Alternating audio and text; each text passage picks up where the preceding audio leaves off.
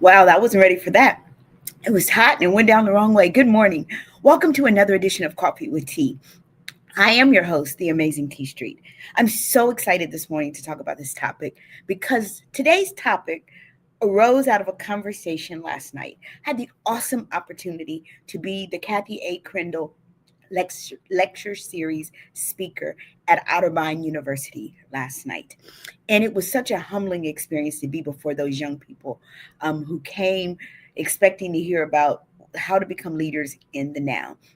And after I finished speaking, I had the wonderful occasion to be able to do a Q&A session for about a half hour with these young people. And one of the questions that one of the young people asked me was, clearly you are courageous. How do you deal with fear? Do you just turn away and pretend like it doesn't exist? You try to ignore it? Do you shiver and shake, or do you just walk through it? And so I decided today to talk to you about the topic. Don't skip the process of walking through fear. And it is a process. If we don't tell people how to do something, we're simply giving them a word that makes them feel good, but it doesn't help them to be good.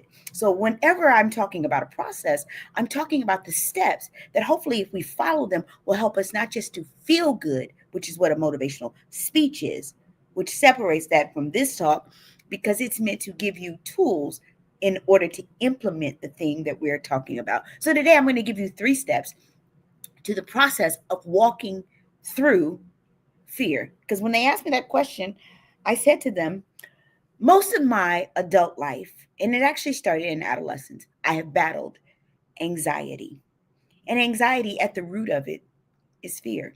Sometimes at the root of it is insecurity, which I think sometimes breeds fear. And so I was just very honest and I said, yeah, I still fear. Every time I get in front of an audience, I'm afraid. And so I just choose to walk, as a young person said, good morning, Val, to walk through it. So this morning, the first thing you have to do if you're going to walk through fear is you have to name the fear because clarity breaks the power of the fear. You can't conquer what you can't confront or what you won't confront. Fear grows in the shadows of vagueness and assumptions. We start to build things up in our mind because we assume that something is going to happen, not because we know it. Walking through fear, it begins with calling it out. What exactly am I afraid of? Why am I afraid of an audience? Well, because something in me says I'm not good enough. Why am I afraid every time I get up to speak? If I'm honest, it's because there's an insecurity inside of me. I'm a 5 foot tall, voluptuous woman in a world that values tall and thin. And so there's a chance that people might reject me. When I started to name what it is I'm afraid of, I could begin the process of walking through the thing. When I could ask myself, what am I honestly afraid of? When you name it, when I said some of it is breeded from insecurity, when I began to name what my fear really was, not just anxiety, fear, it was from a place of insecurity. Fear lost its mystery and it lost some of its power over me because I wasn't operating there anymore. When you name it, you take power away from it. Sometimes just writing the fear down shows you that it's not as big as you thought that it was. Naming the fear is the first step in reclaiming your power. Good morning, Miss Brown. Good morning, Sister Rhonda. It's the first step, but it's just the first step of walking through fear. This is a process, y'all.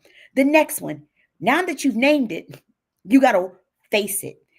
The moment my back is to it, I'm scared of the dark. Something might be in there. But the moment I turn to the darkness, I start the second step. Small steps shift the atmosphere. Once the fear is named, the next step is to face it, even if you can't do it all at once. The first time I got up to speak, y'all, I was in the bathroom throwing up. I threw up literally for like almost 20 minutes before I actually had to go on to do my very first paid speaking engagement. The enemy of fear, y'all, is bravery. It's a movement, it's taking one step in the direction of the thing that you fear. If you fear calling somebody about a job, make one call. You ain't got to make 10, make one call. Me, I don't like social gatherings because it requires me to talk to people, which is not my norm. I like being by myself. So a lot of times you'll see me at an event and I'll be sitting off somewhere by myself because a part of my anxiety is I don't know how to start small talk conversations. I just don't. Okay, so I'm telling y'all way too much. Today's a TMI day. I don't, so people think that I'm standoffish. I'm not. I'm an introvert who operates very well in an extroverted world, but I don't do small talk because I don't know how to start those small conversations. So one of the things I'm trying to practice in this season, and it started actually y'all in my church. One of the reasons I never served in church is because I don't like talking to people like that. So I just now make it my business to turn to at least the person on the side of me and say, good morning, welcome to. That's a small conversation. That's how I started to face that fear. Walking through fear is not about feeling fearless. It's about choosing one move, even while the fear is present. There it is. Making that one move, even while the fear is present. And every time you move, fear shrinks just a little bit because you're proving to yourself that you're capable, that you're supported, and that you're stronger than the emotion that's trying to stop you. I don't know. Somebody probably needed that. Good morning, Alana. Alana, I have to stop this morning and just say thank you for your support of me last night. When people show up for me, I don't take it for granted. No one owes me anything. And you came, you sat in the front, and then afterwards you served me. And so I have to take a moment of personal privilege and shout out one of my babies, Alana Cornelius, who showed up for me last night in a big way. And it literally, I came home thinking about you last night. So thank you. I had to get that out. Y'all, I apologize for disrupting the flow, but here we go. The third step, anchor yourself. Faith and support will carry you through. Anchor yourself. Fear becomes paralyzing when you walk through it alone. Anchoring yourself in faith, in God's truth, and in a supportive community, it gives you the strength to move forward, even when your knees are shaking. Earlier in the year, I had to do a mini sermon in my ministry class. And y'all, I had 24 hours to prepare. I was petrified. And I do mean petrified. When they first called me and told me I was delivering it the next day, my first phrase was, I'm not doing that.